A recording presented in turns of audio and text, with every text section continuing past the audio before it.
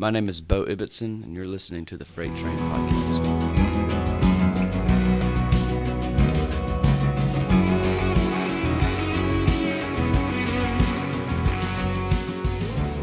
Howdy, folks.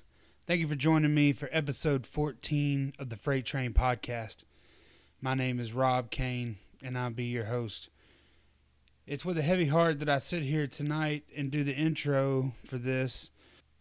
I don't even know what to say. This podcast is about country music and the people who make that happen. And the events of last night in Las Vegas are truly unspeakable. I just don't know what to say. All I can really think to say is that if you're a praying person, I hope you keep the families and the victims affected by this in your thoughts and prayers. And I'm going to link, if you go to my Facebook page, the FreightTrain Podcast Official, I'm going to link a GoFundMe account that was started by the popular YouTuber Casey Neistat. He has set it up to where any and all of the donations go to a 501c3. I may not be saying that right. They go to a nonprofit that does not take any fees or cuts from the money that is generated. 100% of the money goes to the victims of the tragedy. So again, I will have that linked in my Facebook page if you would like to access that and give to the cause. I wanted to say that about the tragedy, and I hate that it even took some thunder away from the amazing guest that I got to sit down with last week, and so we won't talk about it anymore. My guest this week is Mr. Bo Ibbotson. He is a videographer, content creator, director. He has most notably been working with Mr. Luke Combs and Cole Swindell, amongst many others who we talk about in the interview. And guys, he does a lot of really cool stuff. This was a side of the industry that I really had no clue about. I knew that it happened. I've even been around some videographers, but honestly, I never really dove into what they do or really even asked a lot of questions.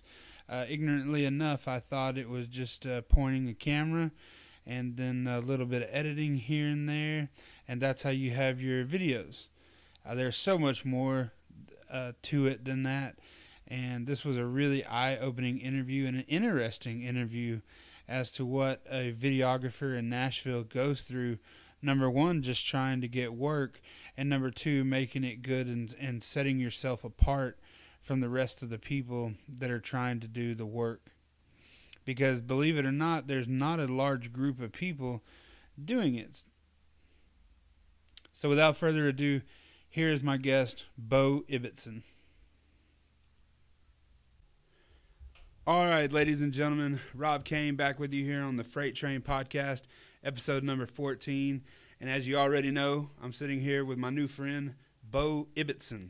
How you doing, Bo? Man, I'm doing well, man. Thank you for having me. How you doing? Yes, sir. I'm doing good. Fat and sassy, as my grandmother used to say. Hey, well, that's even better than skinny and angry. I guess so, right? Fat and sassy.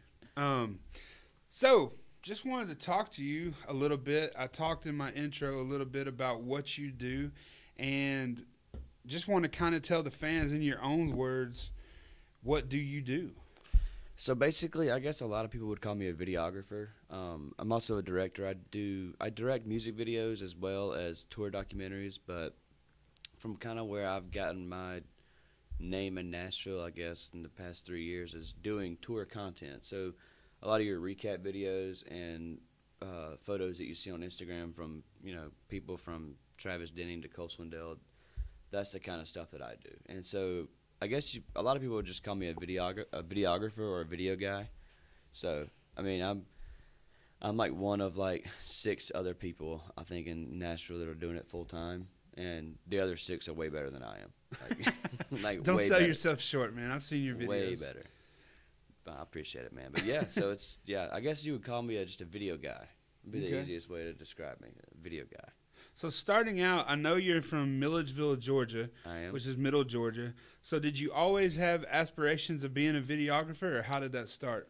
Well, I guess it all kind of started whenever I think it was the Christmas of my 14th year, and we got a video camera. And of course, being from Georgia and middle Georgia, anywhere in the South, I think everybody has access to four-wheelers and any kind of ATV type vehicle. So what we did for that Christmas break is we tied my golf cart roof. We took the roof off of my golf cart and then tied it behind our four-wheeler and drove around fields and just pretty much got hurt for 2 weeks. Sounds like some redneck shit. It was pretty redneck, man. It was it was probably my proudest moment that I've ever had as a country guy, is taking the roof off of a perfectly good golf cart and tying it with a rope behind my four-wheeler and slinging my cousin into a bale of hay. Or there was one time when we actually made a ramp, and then my cousin ended up with a broken collarbone. But so you videoed this? Yes, yeah. I would video it and show it back, and we would laugh. And I never edited, but I got into shooting. Mm-hmm. And so, in high school came around. Like I said, I'm from a small town. I graduated with a class of 36. Wow. Yeah, so really small. And so there was nothing. My high school didn't have enough resources to have an AV department. So I kind of fell off from it, and I was, in high school I played basketball and soccer, and that took a lot of my time because I played basketball year round. And so, I guess whenever I got to college, I kind of fell back in love with shooting stuff, and tour managed an artist in Georgia, and then we needed content. This is 2012-ish. And this is right whenever Instagram became, a thing, and people started paying attention to it. So yeah, and I've realized that was everybody's paying attention to Instagram. So why not? I went and bought a camera and took photos and did crappy little YouTube videos on it, and then just kind of when I got to college, I guess is whenever I started really messing around with it more. And really, when I was going into my senior year of college, I kind of messed around with it and kind of got really into it. Okay. Yeah. So we were talking earlier, and our mutual friend Bradley Jordan, who had a big inspiration in my life as far as music goes and things like that, and going out and seeing shows, I know also kind of impacted you a little bit. Yeah. So tell us a little bit about that. Well, so like I said, Bradley he was the guy that booked my the artist I was tour managing at the time. And so I'm from Milledgeville, and there's a venue in my hometown called Capital City. Well, I was shout out DJ D-Rock. Yeah, shout out Rocky. And then but yeah, I was at the Brick. It's a restaurant in Milledgeville, and so Bradley and a couple of his cronies from Peachtree Entertainment, I think Clinton Branham was still working with him. Clinton is Luke Combs' day-to-day manager. And so this was back when Clinton was a sophomore in college, I would assume, freshman or sophomore. Okay. And so I ran into Bradley at the Brick, and he said, "Hey, how would you like to shoot John Langston's show tonight?" And I said, "Man, I'm there. I've been trying to get in, finding a way into getting a bigger and better artist." And so Bradley introduced me to John, and of course John and Cole Taylor. Cole was actually opening up for John. Okay. And my best friend from high school, who's a songwriter in town, and that's kind of how I made that connection. Is hey, I'm so and so's, buddy from high school, and they're, and then but yeah, Bradley Jordan, he was one of the main reasons I started working with bigger artists. So yeah, shout out to Bradley. Good. And I know you're not a name dropper, Bo, but I'm not afraid to drop names. And the friend that you're referring to is Mr. Thomas Archer. Yes. Who has written a ton of songs here in Nashville. Yeah, Thomas is on a hot streak right now, man. It's I'm really proud of him. He's got Luke Combs' big hit Hurricane, but he also has Walker Hayes, You Broke Up With Me. I think it's in the top 30 now, maybe. That's a banger, dude. I'm telling you, man. The guys, whenever so Thomas played guitar in the band that I used to tour manage, and so, but we also went to high school together, and it's really cool to see your buddies succeed, and and especially whenever you saw them starting out as a writer and seeing them, have #1 hits, and you're now, instead of going to his room and hanging out and listening to his songs, now we're attending #1 parties for the songs that he wrote, which is cool. You know, that's what you that's want. a huge 180, man. I mean, yeah, dude. A lot can happen in 5 years. I'm telling you. Yeah. It's a 5-year rule, I think. But yeah, Thomas is crushing it right now, man. He's a good dude, and yeah, he's just. I don't know another writer that's got as much steam as he has right now. Hit with his, I mean, obviously there are other writers that are bigger than him, but for Thomas's, for the years he's spent in Nashville, I haven't seen another person, maybe besides Cole Taylor, that has had the, you know, he had that hurricane, and now everything else is starting to come up, and he's starting to get a lot more bigger cuts, and so Thomas is crushing it. And if everybody doesn't know who Cole Taylor is, I already interviewed Cole Taylor for this podcast, so go back and check that out. But he wrote a little tune called "Sippin' on Fire." Yep. And then Home Alone Tonight. Home Alone Tonight. And the new Cole Swindell single, "Stay Downtown." Oh yeah, I can't forget that one. Yeah. But this is not about Cole. It's about Bo. And so all right, let's go back to you hook up with Bradley. You shoot that show for John Langston down in Milledgeville. And now take us on the progression, you know, what was the turning point? Did something happen where you go, okay, I'm going to go to Nashville, I'm going to pursue this? Yeah, well, so John's, the guy who he hired to play guitar for him that night, it's a guy named Chris Condon, and Condon's he's a guitarist, and he's played with people, you know, big acts, you know, but... So he told me, he was like, man, you should really move up to Nashville. And it was also Delaney Baker, who is Luke Combs' now, he plays bass for Luke Combs. Okay. And so Delaney kind of was the one that was like, man, like, you're really good, like, at what you do, you should move to Nashville. I'm like, well, man, I don't know. There's people better than me up there. And then I went down to I was in between Milledgeville and Georgia Southern. And so when I went to Georgia Southern and I graduated, I had two options. I could either, A, have a sales job in Atlanta and work in a cubicle, and that's just not me. I just can't do it. Yeah. I've always been the, you know, big personality kind of creative weirdo of the friend group, you know. Mm-hmm. Especially out of our friend group, I think everybody would have safely assumed that I'm the creative weirdo. Like, it's like, I mean, you can ask John and Cole or anybody, they'll safely tell you that, yeah, Bo's the creative weirdo of the group. But no, so I moved to Nashville probably about I saved up $1,000, and this was so, gosh, listen to this. So this is so, like, amateur of me, but the house that I moved in was in Antioch, in the bad part of Antioch. So I was, like, a little, you know, short dude moving into the bad neighborhood.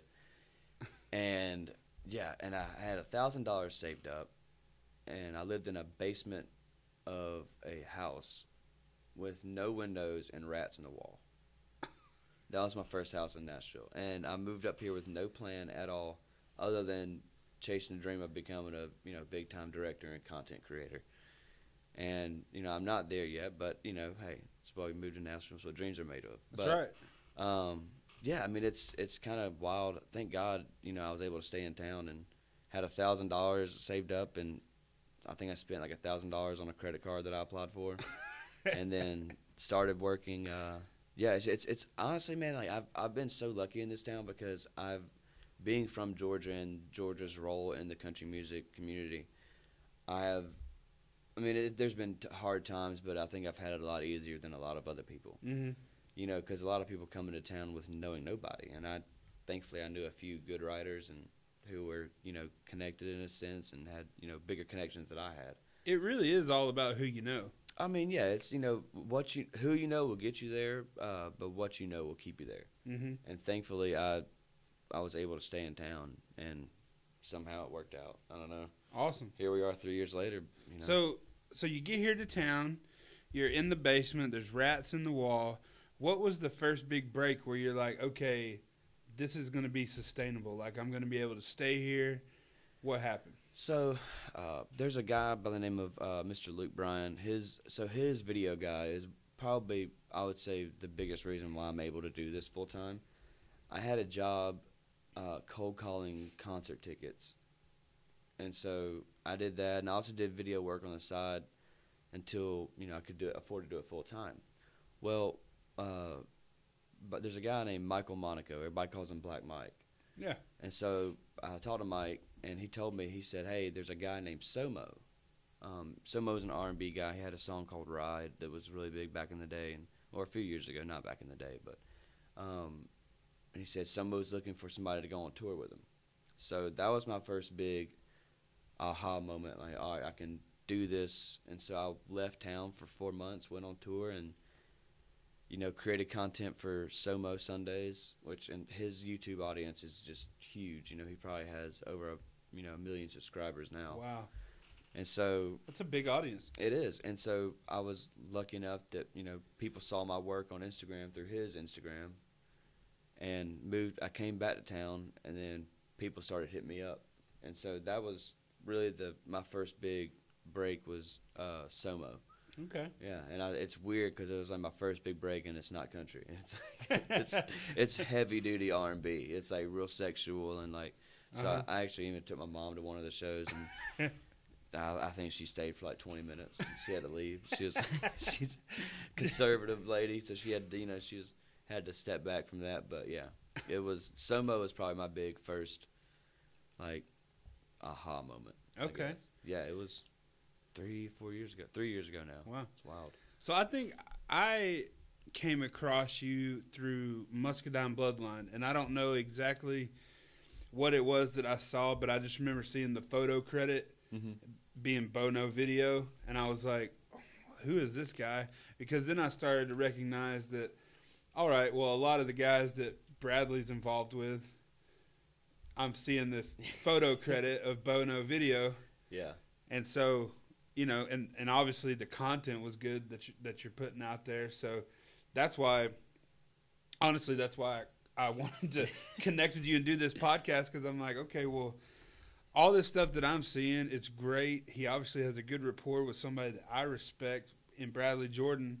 And so I knew you had to be really good at what you do. Oh, I'm not that good. I'm good enough to get by, I think. But that's about it. Just good enough to get by. So it's literally like working with Muscadine Bloodline, and have you done any Riley Green, stuff like that? I have. I've done a few shows with Riley. Riley's a good buddy of mine, and that whole Muscadine, Alabama, I've been lucky enough in this 65 town. South crew. Yeah, 65 South crew. I've done some stuff with Murphy, but I've been lucky enough, man, to always, all these guys that I work with, they're my friends, and so we hang out outside of just work, okay. Go to the bar and have a few drinks. And so it's, yeah, I met Muscadine because at the time, Muscadine's manager and Luke's manager shared an office space. Yeah. And so I had no idea who Muscadine Bloodline was. And so, but granted, they were a new group at the time. I think they were only 4 months old at the time that I met them. Yeah. As a group, as a duo. And well, hell, they've only been performing together for what? Like a year and a half. A year, yeah, 2 years, not even maybe? 2 years. I don't think it's that long. Yeah, so it's kind of cool because I met them, 4 months into their formation of the actual duo, and yeah, just kind of worked with content with them and Luke Laird and Creative Nation. Okay. They hired me to do all the branding for the EP release, and I did the teaser for each song. We did a teaser video, and I shouldn't be saying this because it's public. It's not a secret now, but it's a little strategy thing that I kind of keep in back in my hand. But we would do a teaser for each song on the EP, a video teaser that told the narrative of the song. 30 seconds, just really something quick.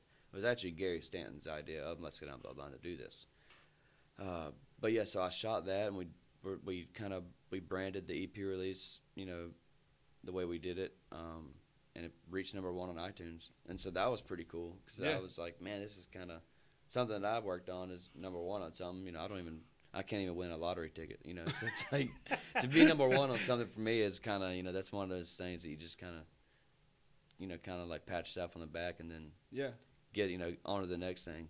Well, that's really cool. So jumping around a little bit, so you were involved with John Langston in the beginning, and I know recently, didn't you direct the video for Right Girl, Wrong Time? I did. So right whenever I moved to town, John's little brother was moving to town too, Andrew. And so Andrew is a content creator as well. Really good, really talented. And so I was doing more of Luke Combs' tour content whenever John, or whenever Andrew started doing John stuff. And so just because I've had more experience on being on sets and everything like that, they kind of they trusted me for some reason. They trusted me with the For some reason. yeah, with the directing of John's. We're, in that part of John's career, and it's still, the guy's on fire right now. But that was the first real music video that he had ever done. Yeah. And so it's kind of like a jump start on the branding aspect for him. And so we shot it in 2 days, and I have my buddy Dustin Haney come out and help me with it, so I shot most of it, but that big performance scene at the movie theater, Dustin had to shoot because I was directing. And if there's anybody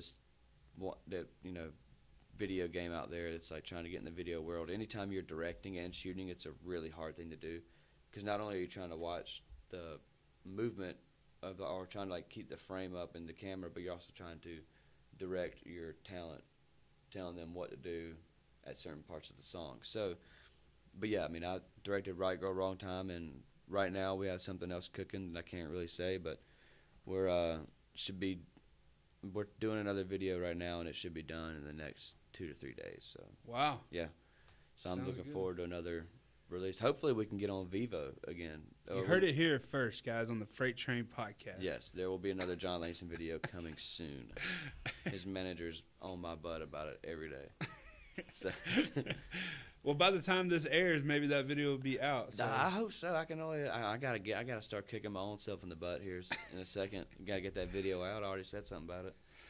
So being a content creator, a director, videographer in 2017, how do you feel about social media? Because I know a lot of artists. I feel like there's 2 groups. I feel like there's a group of artists that are all about it, and there's a group of artists that they let their teams deal with it, but they as individuals stay away from it. Mm-hmm.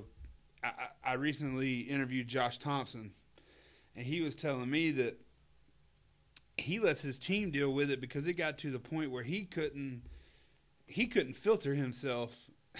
He would respond to people with whatever they were saying, and then he'd get, his management would yell at him, you can't say that, and all this kind of stuff. And so, he just said he got tired of it, and he just literally doesn't do social media anymore. So as a content creator, how do you view social media in the country music industry? Yeah. I mean, I know it's a good thing because it's a way to obviously get your product out there. It's what you do, so your content is going to go on social media. But how do you feel that it affects country music as a whole? I think it's good and bad. I think social media it's a double-edged sword. It's something that's necessary in today's age, but also it's something that people get hung up on. So as far as there's so many avenues of which you could go down with that topic, But I think a lot of your country music artists they know how to do it, but they don't know how to do it at the same time. They know how to make a story on their Instagram, but with what I do is, for some reason, people are really open around me. They're really comfortable around me. I think it's a trait that I get from my mom for some reason. Because every time everybody would come over to my house, they would just talk to my mom and hang out. That's all they wanted to hang out with, talk to my mom. Because her personality is out of this. You couldn't fit it in this whole building. It's such a big personality. But I think that most of the time when people talk about social media, it's not in a sense of I think a lot of artists are just too nervous. They're too nervous to put themselves out there, and which I get. I mean, they're already pretty exposed as it is to a lot of things. A lot of people's eyes are on them, and so I think as an artist, with Instagram and social media, it's kind of another outlet as to people can, see more about them, stuff that's not going to be on the, Entertainment Tonight interview that you get. It's so I think it's a way to allow people into your life without totally letting them in. It has that. It gives you a space of boundary in a sense. You can control what you show on the Instagram and the the Twitter, or control what you say on Twitter. But Yeah, man, I think like social media now is so important to have on your digital presence that if you don't have it, then people aren't really, they don't know, you know. Yeah. I mean, it's how often do you go to, you know, when you open your phone or your Instagram, how often are you searching for somebody? All the time. Yeah. And so it's, you know, whenever the big thing now is Instagram stories. It's the biggest thing now because that's all the people are listening. They're watching. They're looking at your timeline too. They'll scroll down, but you know, when I get on Instagram, the first thing I look at is Instagram stories. Stories, yeah. I mean, because it's there, it's recent. You can tell how long, you know, you can interact with it more than you can a regular post. You know, you can't. You know, when you respond to, excuse me, as a fan, if I respond to, you know, John Langston's Instagram story, you know, I know he's going to see it because, you know, you can send the message on the different part versus, you know, and you know, a lot of your artists don't read all the comments, but they'll see the messages that you respond on your story. Yeah. And so I think it's another way. It's just another way of interacting with your fans, and I think that Instagram is, you know, or social media has it's allowed for that boundary. It's a cushion in a sense between you and your fans. You kind of control what you want to allow and you know, allow them into your life a little bit. But you know, like Thomas Rhett and his wife are the king and queen of Instagram and country music. You know, they are. It's, you know, Thomas Rhett made having a girlfriend cool again in country music. It's, you know, he made having a wife cool again in country music. So big shout out to Thomas Rhett for that. But it yeah, I mean it can do wonders for you, and it can also hurt you. Yeah. Because you can be hanging around somebody that says something really dumb and it make it on your Instagram feed, and people, you know, grab a hold of that, and they just, it's, you know, so it's a double-edged sword, man. It's you know, whatever people want to latch onto, they will latch onto it. So you kind of gotta, you know, be on your P's and Q's when you're posting. But well, that's a cool perspective. yeah, it's different. It's a different world we live in. It's crazy. So jumping around again, I know that you've been on the road recently with Lewis Bryce, who is Lee Bryce's brother. And you're constantly out with Cole Swindell. Mm-hmm.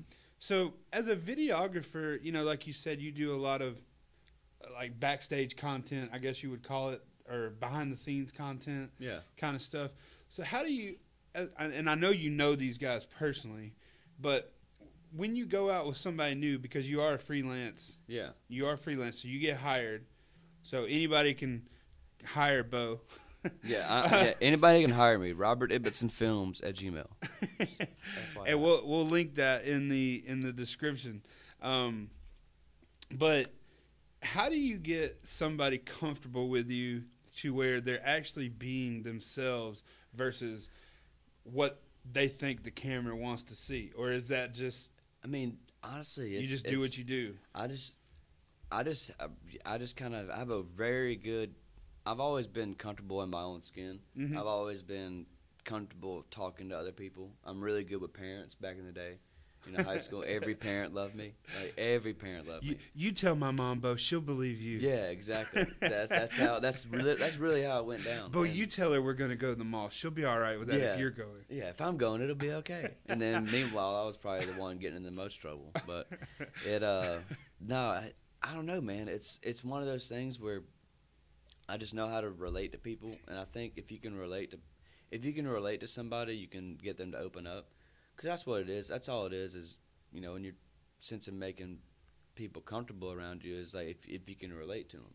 Mm-hmm. And, you know, I'm very good at picking up on social cues. And, like, you know, I know I can kind of sense whenever I'm being too overbearing on the film thing. Mm-hmm. You know, that's when I'll kind of go hide away, you know, go to the other side of the venue for 30 minutes and just kind of give them their space. So do you produce it as you go? Like, will you say, hey, you know, walk over there and maybe turn around and look at me, or I you will. know, whatever. As weird as it sounds, I will. Like, I'll tell Cole before, you know, every 30 minutes for the show, I'm like, hey man, like there's a really good like lighting spot over there. Like, so before about 30 minutes before every show, I like to take the artist and do kind of like one-on-one stuff with them where it's just me, them, and the camera. Mm-hmm. So they're not around their band or their girlfriend, and they you know, a lot of times whenever you're doing stuff like that, you kind of feel not stupid, but just, you know, a little silly when you're around a bunch of other people and everybody's watching you.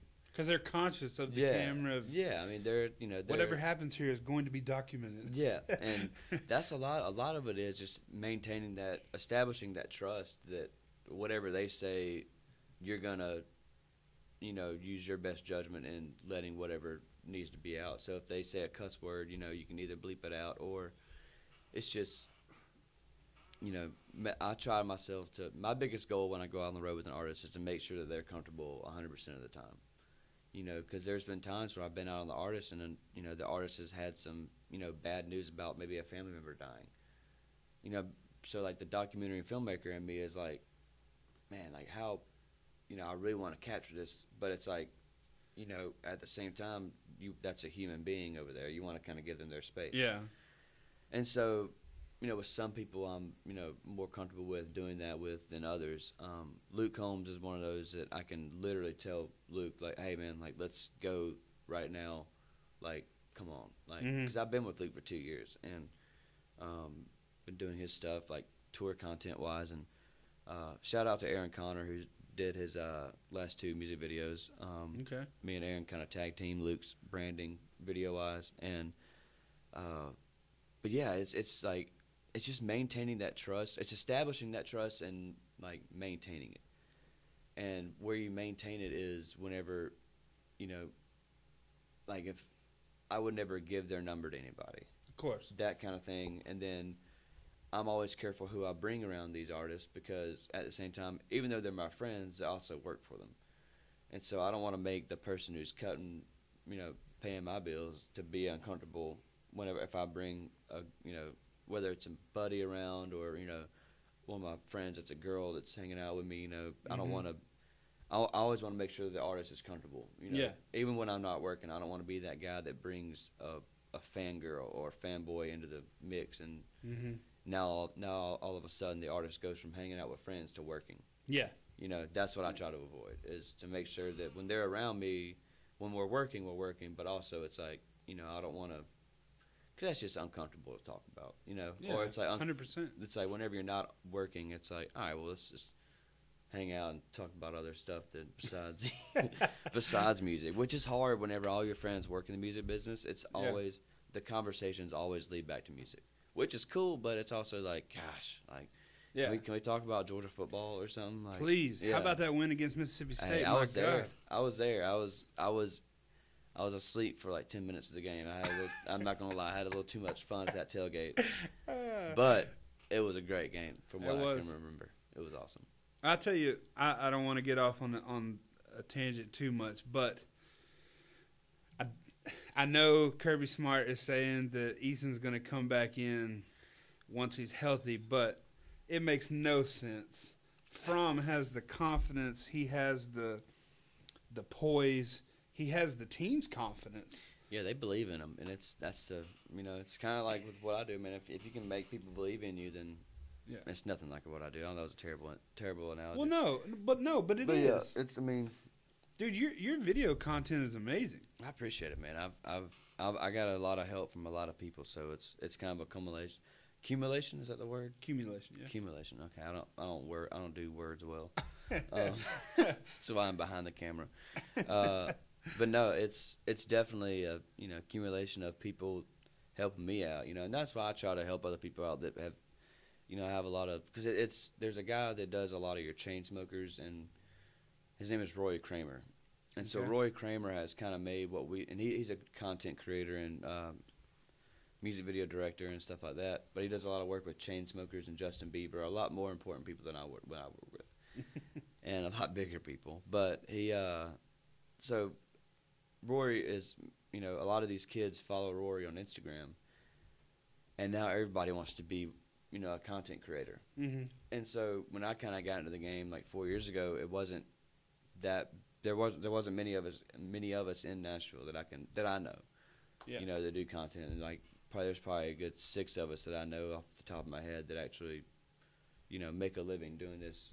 And so, but with that being said, with the popularity of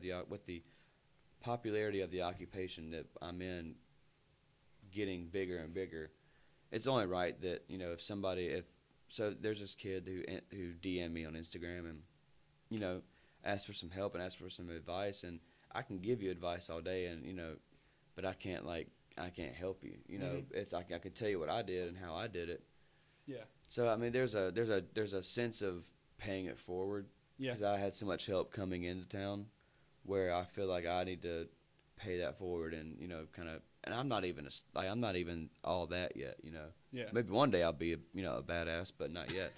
but even then, at the level I'm at now, I still feel the need to pay that forward because people helped me get my start. Mm-hmm. You know, and I recognize that. So it's a very weird time that we live in because everybody wants to do the content thing. Yeah. You know, and but it's a fun job. I mean, you get to play with a camera all day, and, you know, but it's also work too. That's the one thing that I would like for people to realize, that when you do go out with a band, yeah, have fun, do all that stuff, but maintain a sense of professionalism and make sure you get your job done. Otherwise, they're not going to ask you to come back. Yeah. You know, and that's the one thing that I've realized, or I've, you know, seen is, you know, with these younger guys is, you know, they'll work their butt off and they're good, but it's like they have a hard time separating the job from the party. Mm-hmm. You know, in a sense, not that everybody parties, you know, like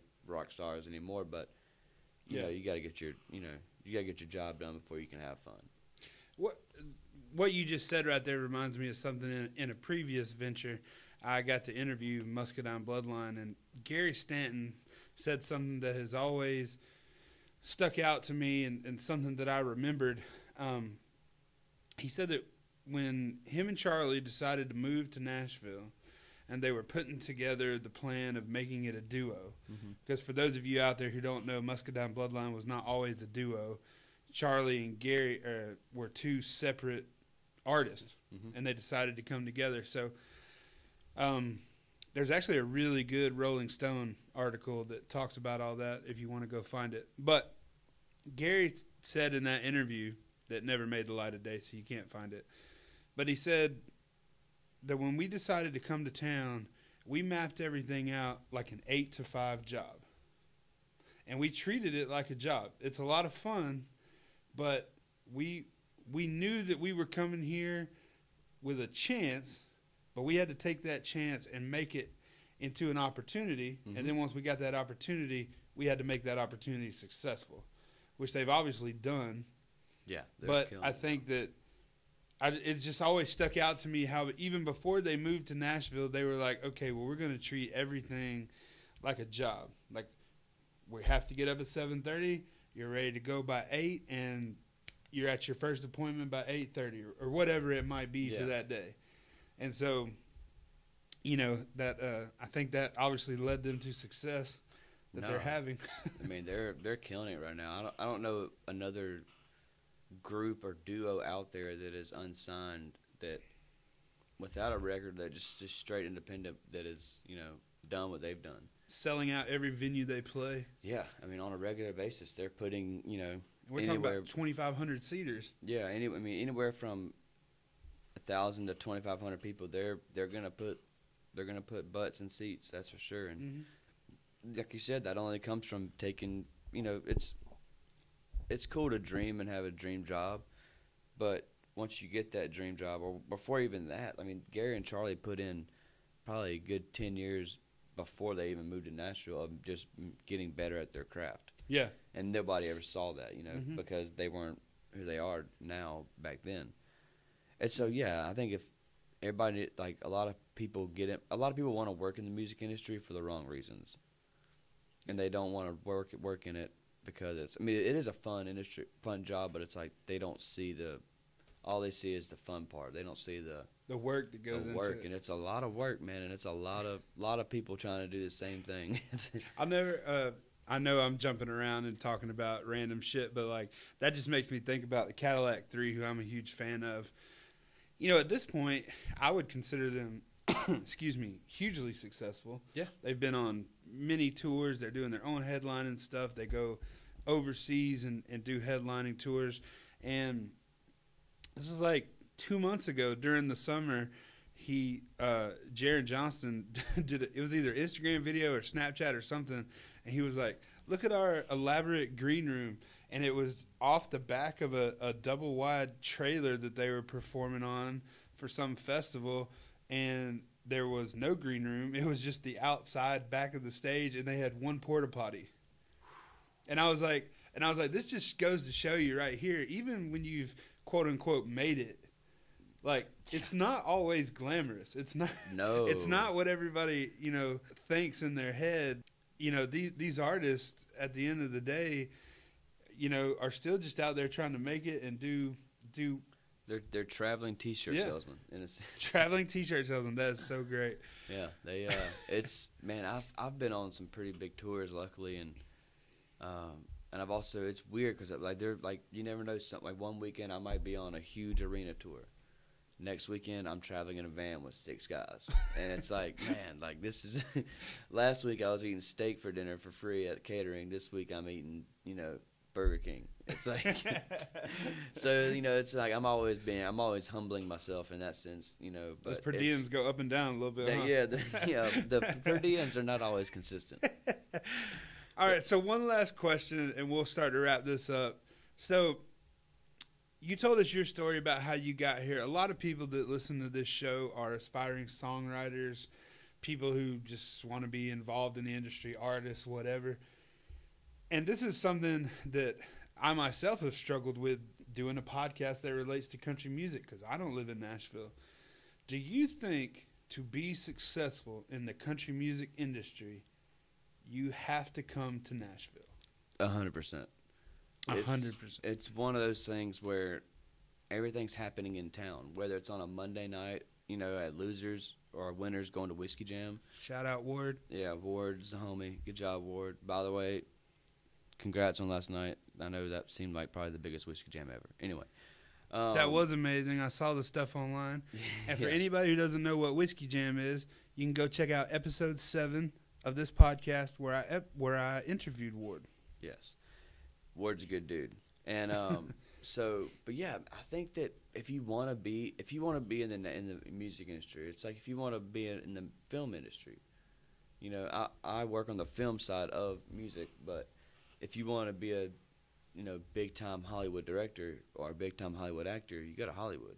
Yeah. If you want to work out there, be an agent, you go to Hollywood. But here in Nashville, it's just like you never know when a good networking opportunity can arise from itself, because and I know a lot of people who are trying to get inside in the industry, their idea of networking is talking to people at shows, which is a good way to network. I'm not knocking on it at all. Mm-hmm. But a lot of those times when people on tour, when we're working on tour, we're working. It's like it's not the time. No, yeah, it's like I mean, everybody's got their specific duties that they have to do, and that's the time when for a touring job, that's the time when you're working. Yeah. It's Wednesday through Sunday. And it's, but you have to be in this town because, I mean, I got a great opportunity the other day, and it was all because my buddy asked me to go to lunch, and he brought his buddy. And his buddy is, some major guy in the music industry, and nothing really came out of it fiscally. There wasn't any dollars or cents traded. Yeah. But this guy who's a big deal in town now knows who I am because I was able to go to lunch. That's huge. At the drop of a hat, And, yeah. and if it's those kind of things that pays off being in Nashville is you're in town. So it's, people will take you more serious if you're in town. If you're an artist trying to make it, you got to get to Nashville. It's more competitive here, but I mean, hey, you want to be an artist, you got to get used to the competition. You got to start playing the writers' nights. You got to be writing with people. You have be to writing with people. I mean, it's all that stuff. So yeah, I mean, if you want to work here, and it's a lot easier said than done because, I kind of moved here on a whim and got lucky. Mm-hmm. I had a somewhat of a network already built up in Nashville, and so if you can, my advice to anybody wanting to work in the music industry who doesn't have the money to go to Belmont or any one of these like big music industry schools, because I didn't go to Belmont. I went to Georgia Southern University. Mm-hmm. It's like a public school in South Georgia. So, man, I would just say come to Nashville and just try it out. Just spend a weekend up here because you never know what can happen. I mean, I have a friend who visited Nashville and met a booking agent, and now he's a junior agent at CAA, and it's like Wow. all because he took a weekend trip and he had a college degree. You know, it's just one of those things where you gotta, if you want to work in the industry, you gotta move here, and I know it's hard because a lot of people are wanting to, doing other things that could, that they have, whether it's an obligation or a job, that won't allow them to move here, or as easy. Mm-hmm. But I'm kind of rambling now, I guess. But no, yeah, man. it's That's what it's about. I think if you want to be here in town and work in town, then you gotta be here 100%. Yeah. There's too much going on because, I mean, it's a community, and the more it's really the biggest small town in the world. I guarantee, like, I mean, now most of my friends don't really go out on Monday and Tuesday because they're so busy, but I still go out on Monday and Tuesday because I'm not as busy, Yeah.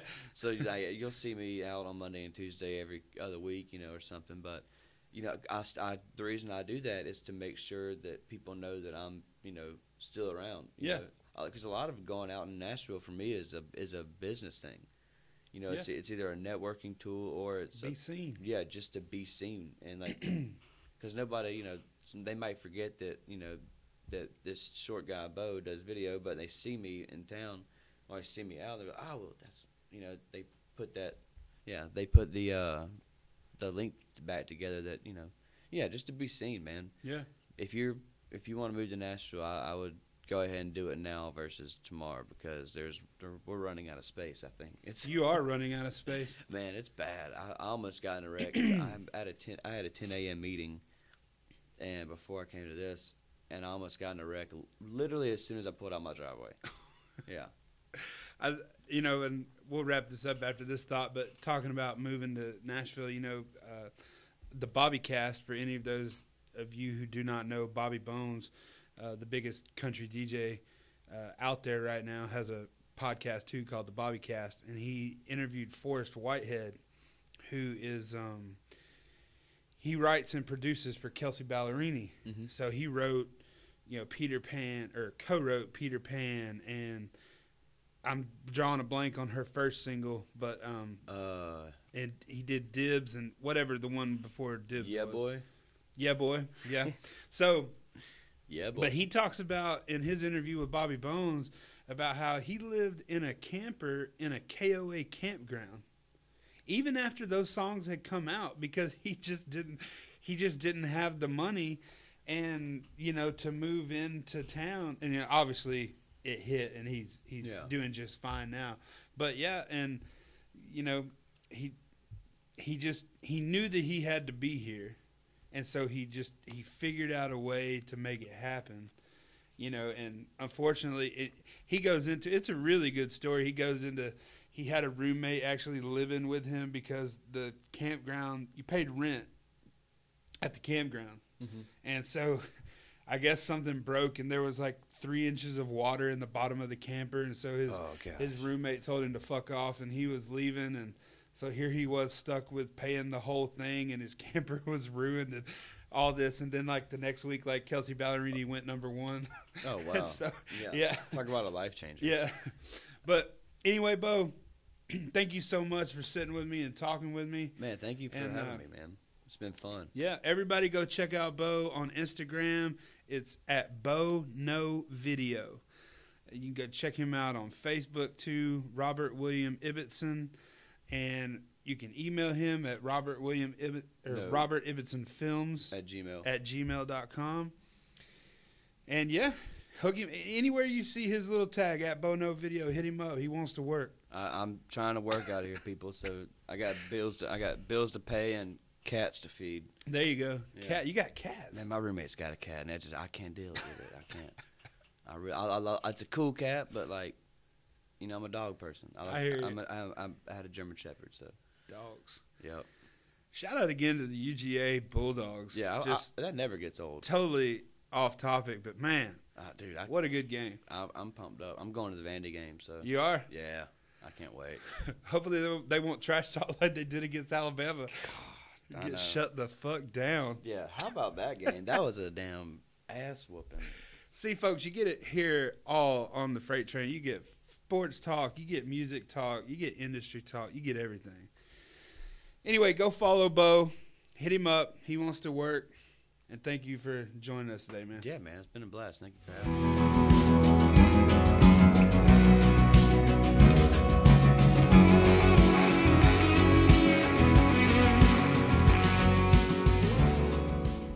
Guys, if you stuck around to the end of the interview, I want to say thank you very much for listening. I hope you enjoyed it. I'm really trying hard to bring very interesting people, up-and-coming artists, as well as established artists, to talk and get their view on country music. So if you have any suggestions on who you would like to hear, comments, or anything you want to say about what I'm doing on the podcast, please hit me up at freighttrainpodcast@gmail.com, and I'll do my best to get back to you as quick as possible. And yeah, man, I hope that everybody has a great week, and I'll see you every other Tuesday when the Freight Train podcast drops. Have a good week, y'all.